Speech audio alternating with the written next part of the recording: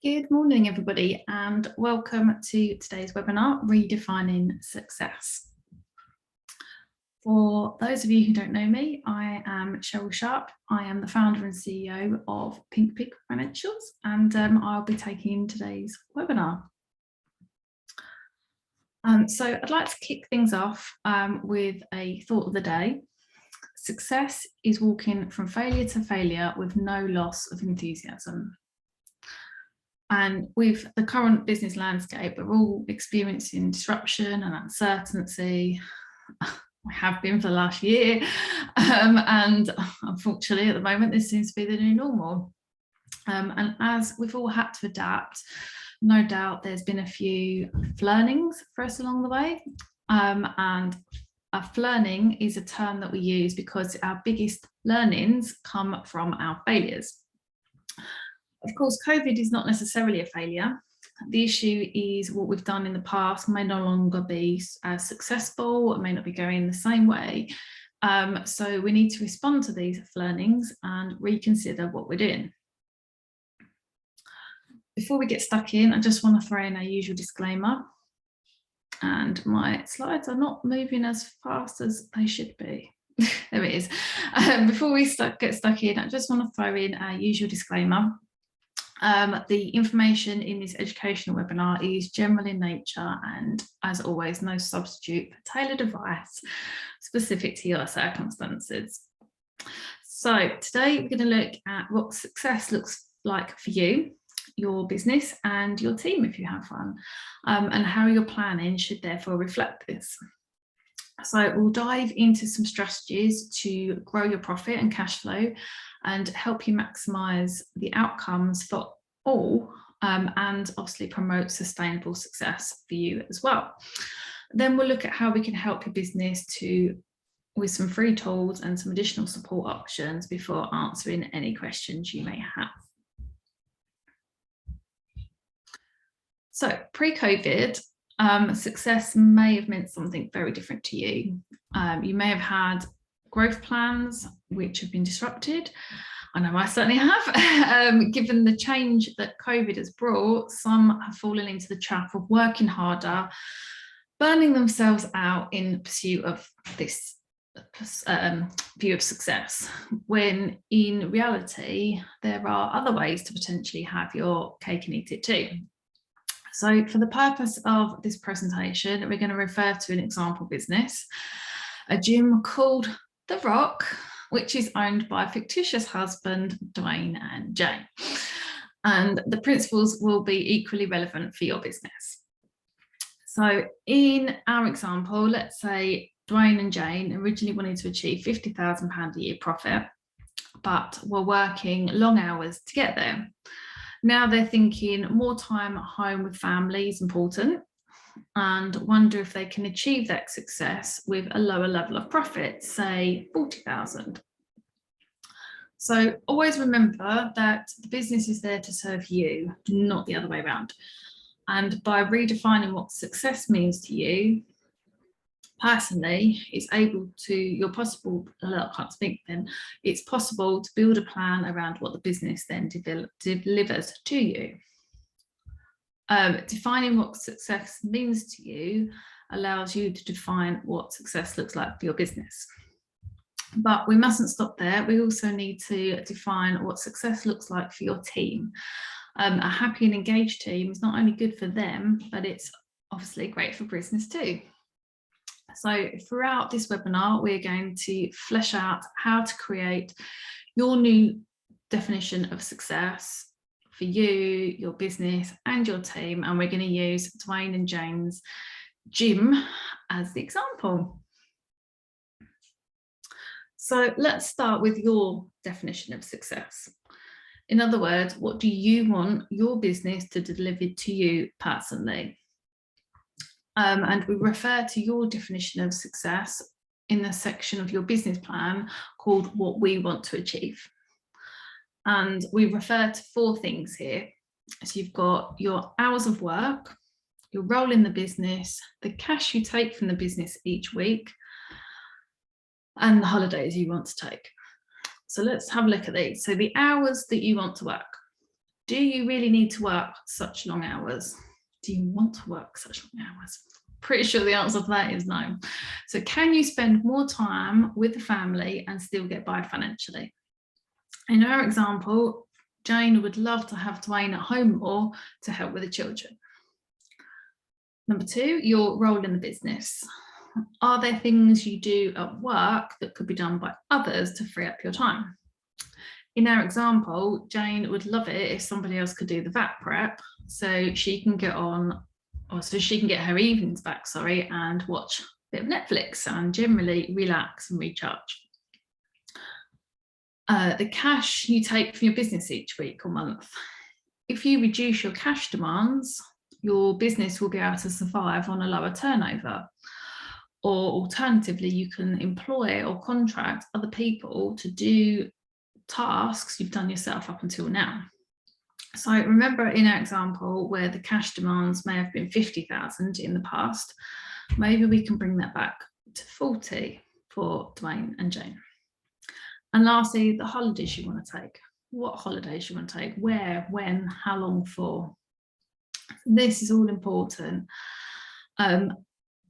And just as it is for Dwayne and Jane, your definition might be quite different to what it was pre-COVID. What do you need to make you happy? Maybe you can get by on less cash from the business, and in doing so, take some of the work pressure off of yourself. A personal budget helps us to understand whether or not you can get by on less cash from the business. If you can make personal savings, then obviously you reduce the cash flow strain on your business. Now, no doubt you've probably made savings during the various lockdowns, or you've possibly changed your spending priorities. Can these therefore continue? Hopefully you haven't increased spending online too much, or that project, your home renovation project, hasn't overrun over budget. Obviously, especially if your business isn't under pressure. We have got a complimentary personal budget template and a previous webinar taking you through it. So we can send this out to anybody to help you put your personal budget together. The template you can use will make sure that you don't miss any expenses, and you can simply look at your your personal bank statements online to see what you typically spend in a month. And I'd recommend going back 3 to 4 months to review your expenses and ensure your budget is realistic. And also, it's quite key to note here that just because it's the word budget doesn't mean it's restrictive.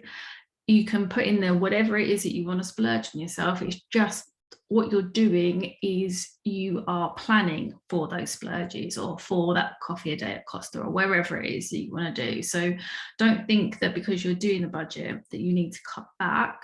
You just need to know what your expenses are and be realistic with it, so that you know exactly what you need out of the business to maintain the lifestyle that you actually want. So in our example, Dwayne and Jane have determined that they can make things work on 40,000 a year. And Dwayne is going to cut down what he spends on supplements, and Jane is going to go walking with her friends instead of going out for lunch each week. They're also going to have a camping holiday locally to reduce costs. Personal budgeting, as I said before, it's not about restricting, it's about making sure that you cover all the costs realistically that you want for you. And personal budgeting is actually a hugely empowering process, and understanding exactly where all your money goes. So once we're clear on what success looks like for us as owners of the business, it's then time to translate that into business success. So if we go back to our example, in the past, Dwayne and Jane have wanted the business to deliver them £50,000 each year. Having done their personal budget, they've identified that they can make things work for their family at £40,000 a year. So I'm going to show you shortly what an impact this can have on your minimum viable sales level.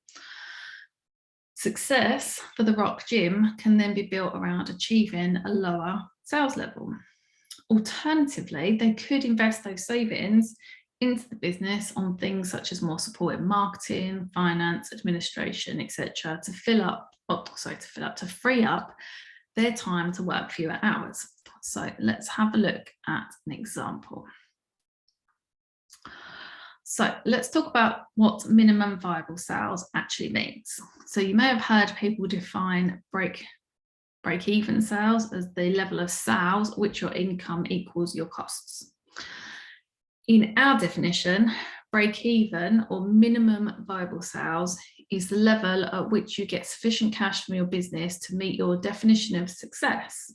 So it's the costs. If the costs equal the sales, then you'll have nothing to live off, which is clearly not a smart strategy.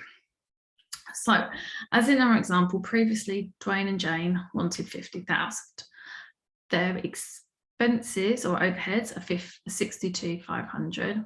So that means that their gross profit, so this plus this, needs to be 112,500. If they've got a gross profit percentage of 50% in their gym, then their annual sales needs to be 225,000 a year. If they're only open for 46 weeks a year, then their break-even or minimum viable sales number each week is £5,000. So let's look at a new plan where the revised profit figure is 40,000.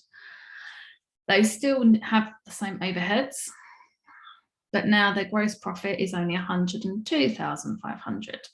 So a 50% markup or gross profit margin brings them to 205,000 sales, which again over the 46 weeks comes to 4,500. So this is a 10% reduction in sales. But a new plan number 2 could be to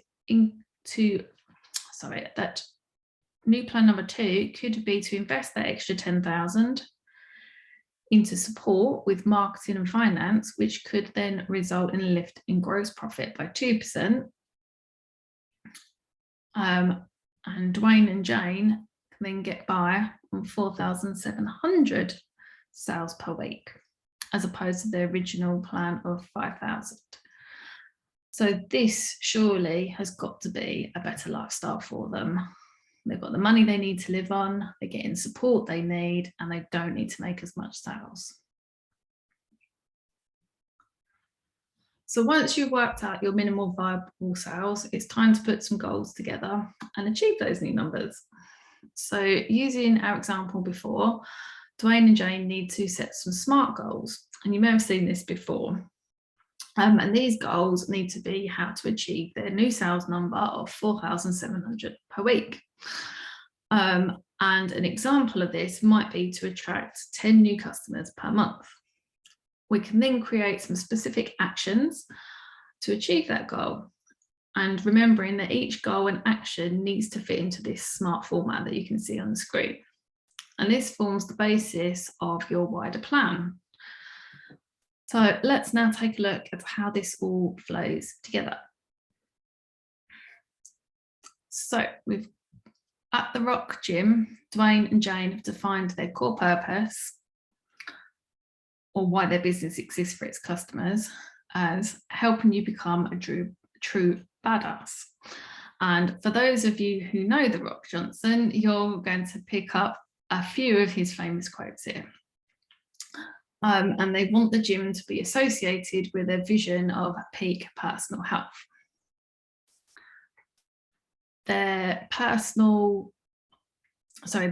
definition of personal success is defined in the what we want to achieve section.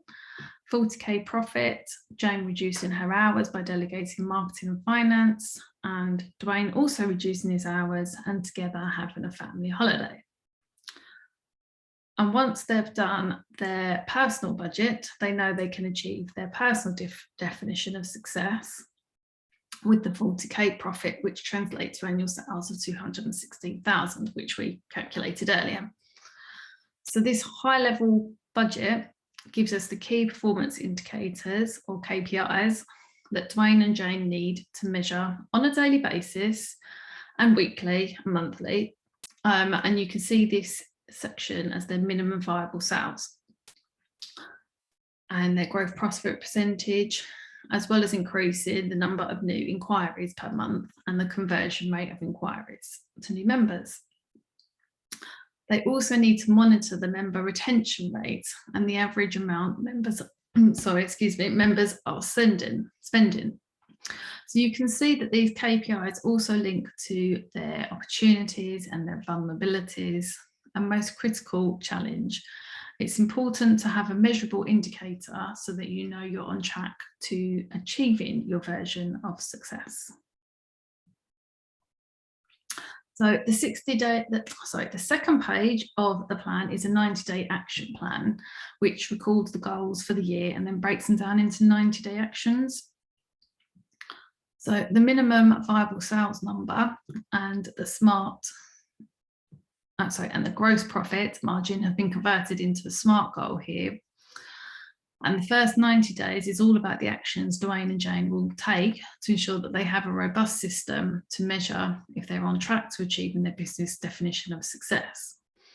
And it's super important here that the plan becomes a reality and doesn't sit at the bottom of a drawer. The other one-year goals are all linked back to how the business can deliver on Dwayne and Jane's revised definition of success around the reduced hours and the level of personal spending. And it's important to note here that the changes Dwayne and Jane are making might not have an immediate result on cash flow. So for example, they're going to spend the first quarter contracting a marketing person or outsourcing their financial responsibilities. So you'll see a 90-day goal here is to reduce debtor days from 32 to 22. So that's how quickly people will pay, from 32 days to 22 days, which will give them a much needed cash injection within the next 90 days. And I'll show you shortly the impact this could have on their cash flow. So we've talked about your personal definition of success and how to reflect that in your business plan so that your business can achieve the level of success you need it to. And at the same time, it's always important to look at strategies to grow your profit and improve your cash flow. So we often refer to a traffic light analogy. Often there are just as many things you need to stop doing, the red light, as there are that you should continue doing, the amber light, and start doing, which is the green light. For example, a red light activity might be to stop working on customers who don't pay or respect your core values. Or you might want to stop doing your own VAT as it impacts your evenings, just as Jane has decided to do in our example. An amber light activity might be to continue revising your prices to reflect any increases in costs, which we know there's been loads the last year. And a green light activity might be to update your personal budget and business plan and start regularly monitoring the results against your plan. So this is something really important, and it's something that has pretty much been my mantra the last year. So I'd like you to write this down, please. What can you say yes? What you can say yes to is defined by what you say no to. So whatever you're saying yes to, you're saying no to something else. And that has been such a powerful thing for me. And quite often when we take on the extra work or we work longer hours, we're saying no to our families, which I know is important to a lot of our clients and myself and my team. So that's something that is really powerful and stuck with me this last year after I first heard that. So remember that your revised definition of success is about you working smarter, not harder. So let's look at the impact a few changes can have on your profit while using what we refer to as the growth equation.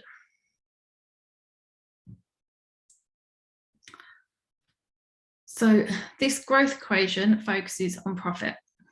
And here's our example for the Rock Gym. Pre-COVID, Dwayne and Jane had plans to grow their profit from 38k to 50k. So let's look at how they were going to get that profit. So we've simplified this example by calling one annual membership, one transaction per year. Obviously, the reality is each member will have multiple transactions on each visit, hence how we've shown the increase in transactional value.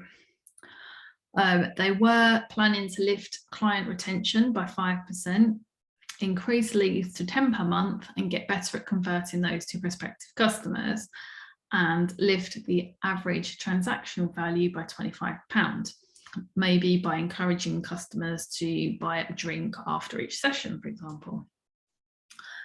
To drive the growth and check they were going to stay on plan, they allowed for additional marketing investment, and they also engaged their accountant to help with some planning, forecasting and reporting.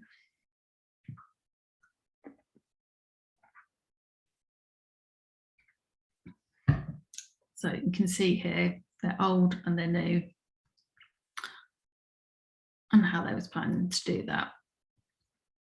So that was going to give them an additional profit of 11,900 per year. And this was just by increasing the retention rate of existing clients to 85%. So they retained an additional 30 customers. A conversion rate increase of 5%. So it was acquiring, I can't do the maths in my head, I do apologise. So additional customers, giving them total customers. The transaction per year is 1 because it's the one membership, but the transactional value has increased, giving them their new sales. As before, we said in the gross profit margin is 50%, and then their expenses have gone from 62.5 to 72.5. Now, here's our example for the Rock Gym reflecting plan 2. So this was the second and smarter plan of getting to the profit of 40,000. And Dwayne and Jane's new plan is to get by on 40,000 as opposed to 50,000, because in the current climate, customer retention would drop by 5%. Therefore, striving for a growth in retention to 85% is no longer realistic. Now, they still plan to increase leads to 10 per month, but recognise it will be harder for them to lift their conversion rate, so they've kept that unchanged as opposed to the 5% that they was looking at before. So they now only need to lift the average transaction value by £20 as opposed to 25. And they're also going to revise their prices for food and drink and review the staffing levels for the gym classes to increase their margin, so their cost of goods sold, by 2%. So to make sure that they stay to plan and they can still afford to engage their accountant to help with planning and forecasting, and they can also still afford the additional marketing investment. And you can see here that they achieve their new goal of 39,000.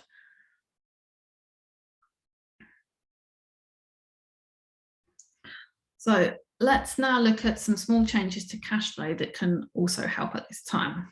So ultimately, cash is king, and you want your cash conversion cycle, so the amount of time it takes from somebody to say yes to the amount of time it takes them to pay you, to be as short as possible. And the more cash you have in your business, obviously the stronger and the more resilient it will be. Now, technically, if you increase cash by collecting debtors, the people who owe your money, then your net assets don't improve as the debtors go up, as the amount owed to you goes down, your cash goes up. However, the higher your debtors are, the more risk there is of non-payment.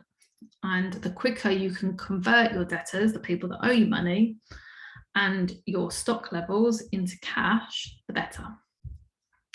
So if you can negotiate better terms for payment of your suppliers, then you can preserve your cash flow for longer.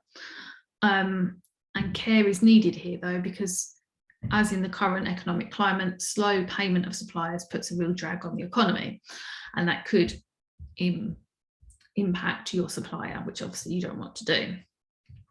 So what's important is to come to an agreement with your supplier. For example, they might agree that you only pay when you've sold the items to your customers if you're reselling something. You also need to look at how long it takes for your stock or your work in progress to be invoiced. Again, the quicker, the better. I still see so many builders working on projects where they wait and have payment at the end of the project, where they should be taking a deposit and stage payments to help improve your cash flow. So consider whether you need to hold so much stock, or if you can issue progress invoices, deposit invoices and things like that, or even reduce the number of projects you've got at once so that you're paying less people. And make sure you're also keeping a close eye on how long it's taking for your debtors, the people who owe you money, for them to pay you.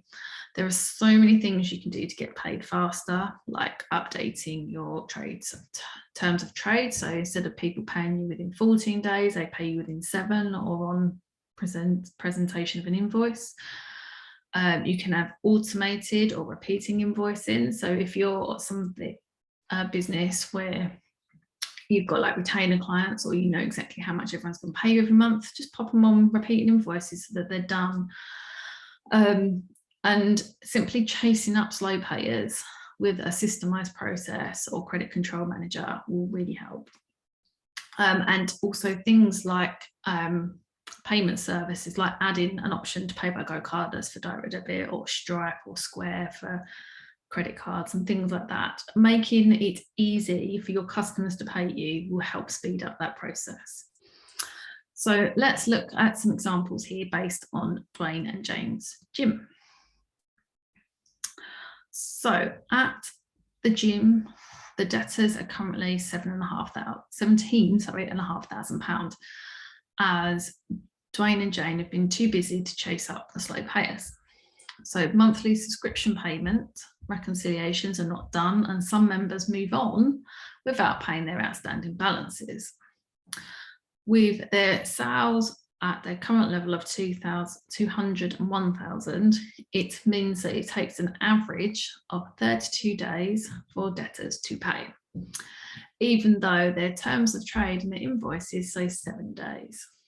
So immediately a plan is needed to fix this problem and bring some much needed cash into the business. They've met with their accountant for a one-off cash improvement meeting, and they've identified clear actions to take. So the new plan has a target to bring debtor days down by 10 to 22 days. And to do this, in their cash improvement meeting, they've agreed that they'll check if each member is up to date when they sign into the gym. And also start phoning and emailing debtors as well. And they'll be monitoring the results as part of their monthly management reporting service. So by doing this, debtors are expected to reduce to 12,000 within 2 months. And this will free up over £5,000 right when Jane and Dwayne need it most.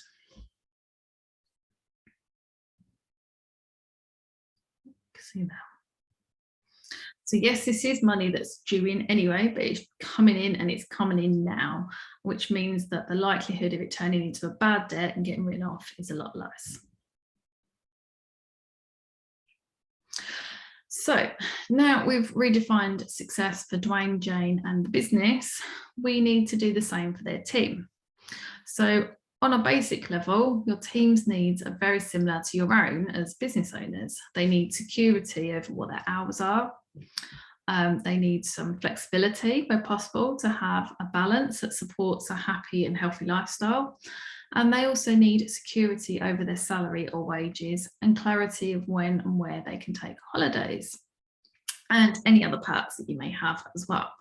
So your people are your greatest asset, and with the risk of burnout higher than ever before, and unique pressures on the job market causing a severe shortage in workers, never has it been more important to support your team to have success in their roles and beyond. So this diagram is based on content from Vern Harnish. I hope I've said that right. They are 4 decisions driving growth in every business. You've got people, strategy, execution, and cash. So we've looked at how Dwayne and Jane can execute a better strategy or plan. And this is how they'll set the vision and focus for their team. One of the key decisions focuses directly on people because it's critical to attract and retain the right people. However, the team also contributes to the remaining key areas, execution and cash.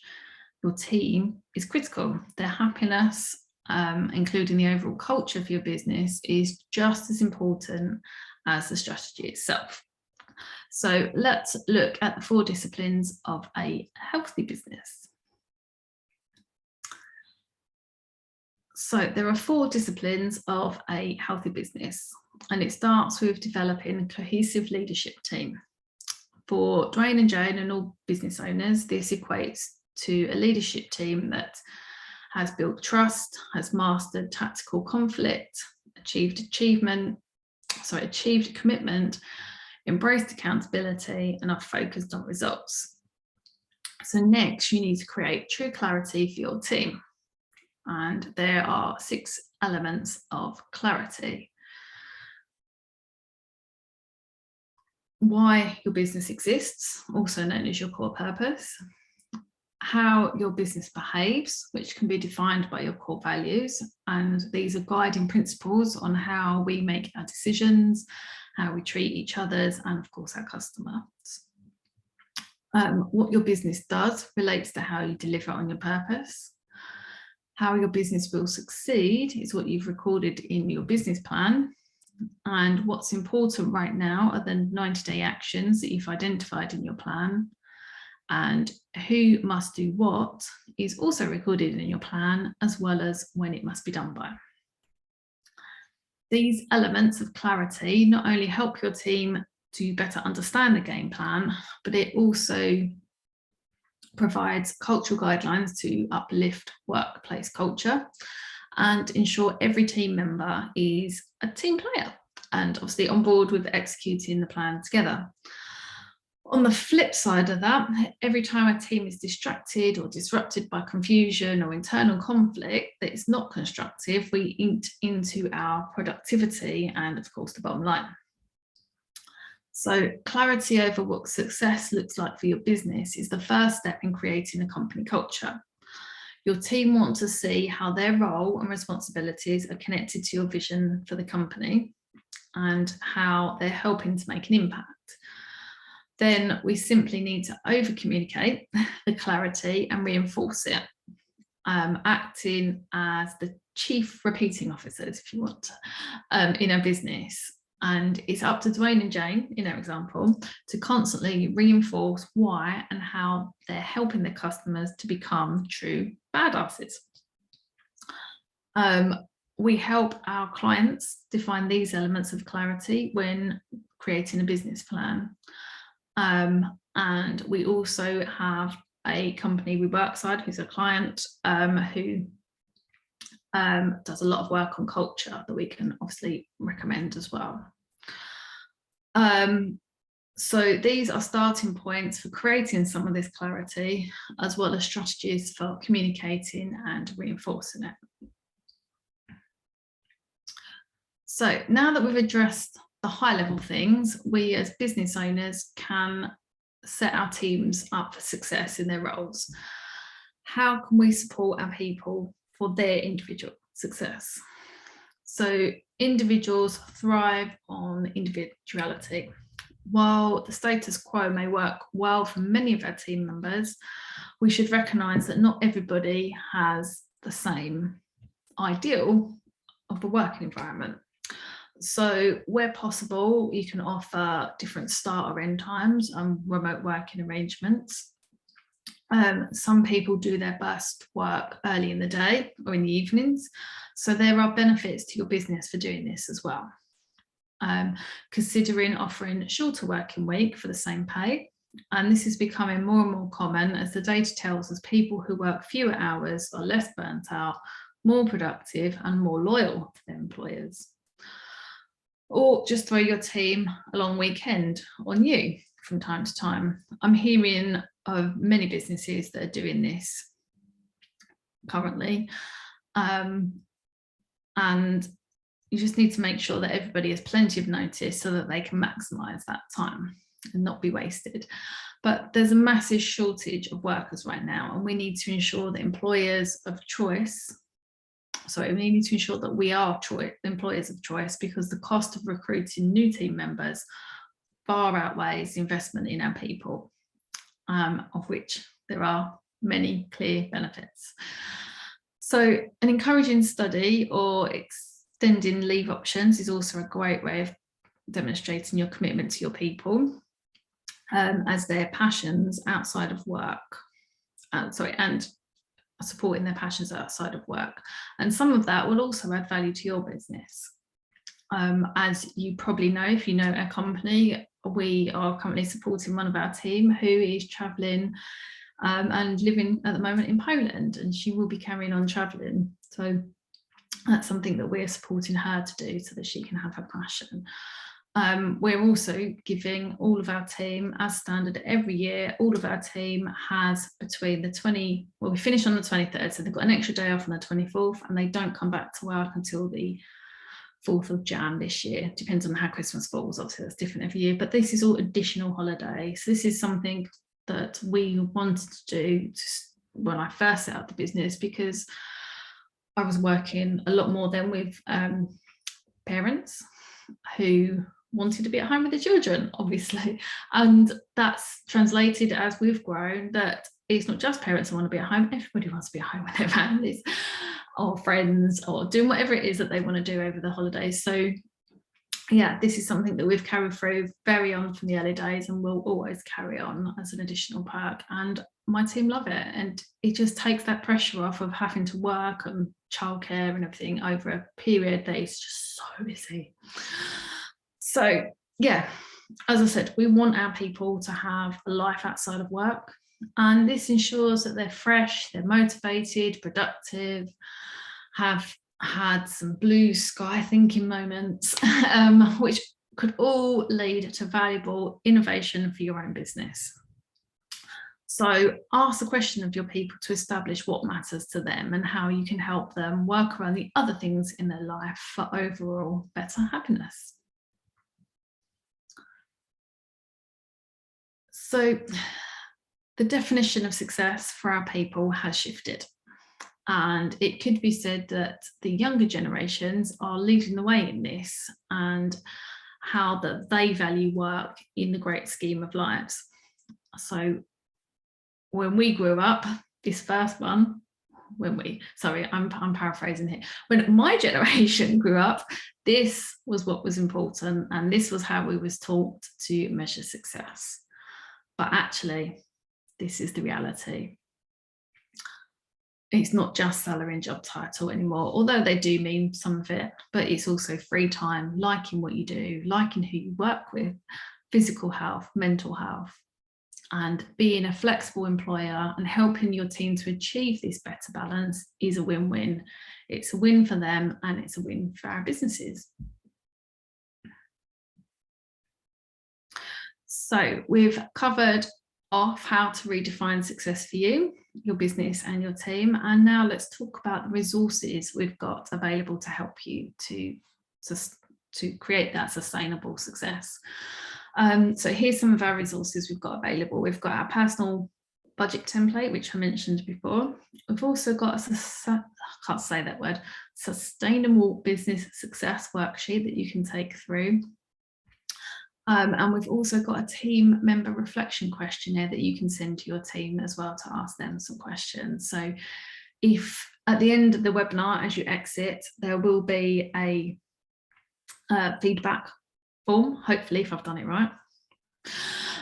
So if you'd like any of these resources, then please do just tick the boxes in the exit survey, and I can get them sent over to you. I will also include a link to the exit survey in the follow-up email with the recording, just in case my IT skills have eluded me and it doesn't work. And for those of you who need more support, our recommended strategy is to work with us to complete an updated business plan.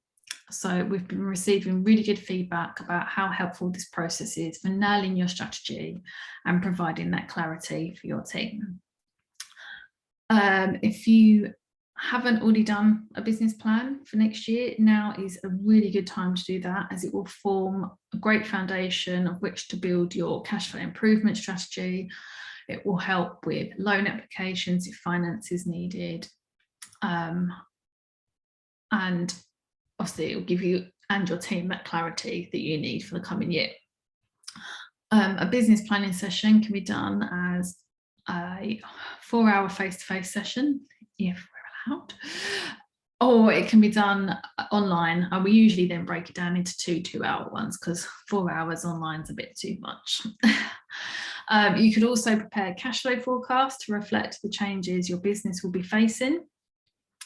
This turns your plan into numbers that you can monitor regularly and check you're on track for success. If you need a bit more help to improve your cash flow or profit, then we can sit down with you for a meeting to work through that growth equation we shared with you earlier, as well as identifying strategies to help improve your cash flow and profit.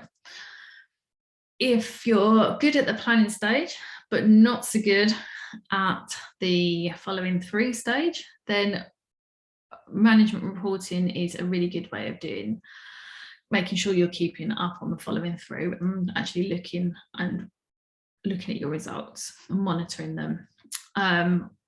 It will mean that you are regularly monitoring your results, and we'll actually hold you accountable for achieving your goals as well.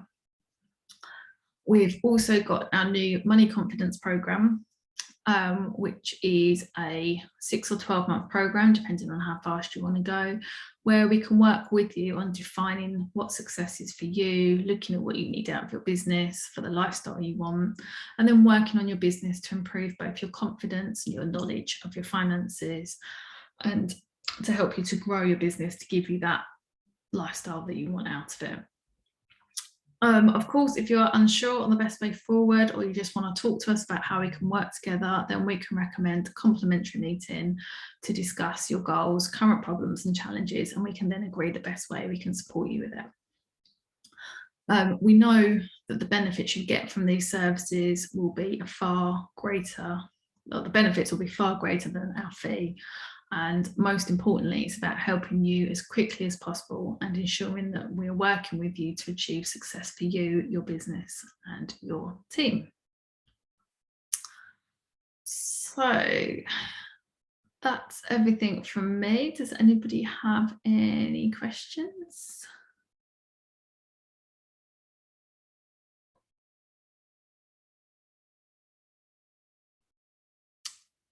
Yeah, go on, come in here.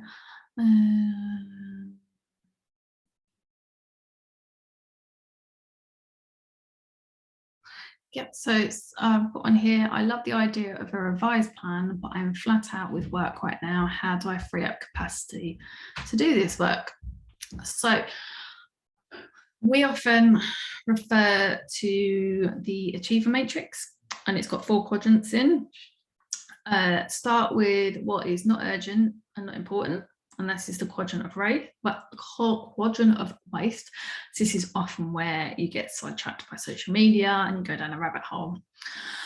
Then you can look for what you can, and obviously you stop doing that. Then you can look for what you can delegate or outsource. So things like marketing, admin tasks, some of your finance tasks. And then you can be disciplined about putting time into what's important but not urgent, as this will save you time in the future, which obviously is this sort of stuff. I appreciate this is hard to do when you've got urgent and important work to deal with, which is mostly your client work, I'm sure, but that's why we want to help you and have created these resources to help you get started. Okay, so that's the only question we've got. Obviously, if you do have more questions, then please do feel free to email us after. Happy to answer any questions at all. So thank you for making the time to attend this webinar. We appreciate your time is valuable right now. So I hope I've given you plenty of ideas to think about and some clear options on how we can support you going forward. Before we go, I'm just going to share this quick quote with you. Nothing is so contagious as enthusiasm. The dog's just joined in. So make a simple plan today. Commit to at least 3 actions you will take as a result of being here today. Write them down. Give each one an owner and a completion date, even if the owner is yourself. This is a worrying time for many businesses. I know we have no idea what's going to happen in the next couple of weeks. But you don't need to worry alone. There's a ton of support out there and obviously a lot more to come. So yeah, thank you again for attending and participating in the webinar. As I mentioned earlier, there is the exit questionnaire on exit, which I hope works. If you wouldn't mind filling that in for me. Our next webinar is Ramping Up Your Business with Xero, which is on Tuesday, the 11th of January at 10 o'clock. Details are on our website, but I will send out all the details with a link as well on the email with the recording. So yes, thank you very much. I hope you've had, hope it's been helpful and you've got some clear next steps for your business. And I hope you have a lovely rest of the day. Take care.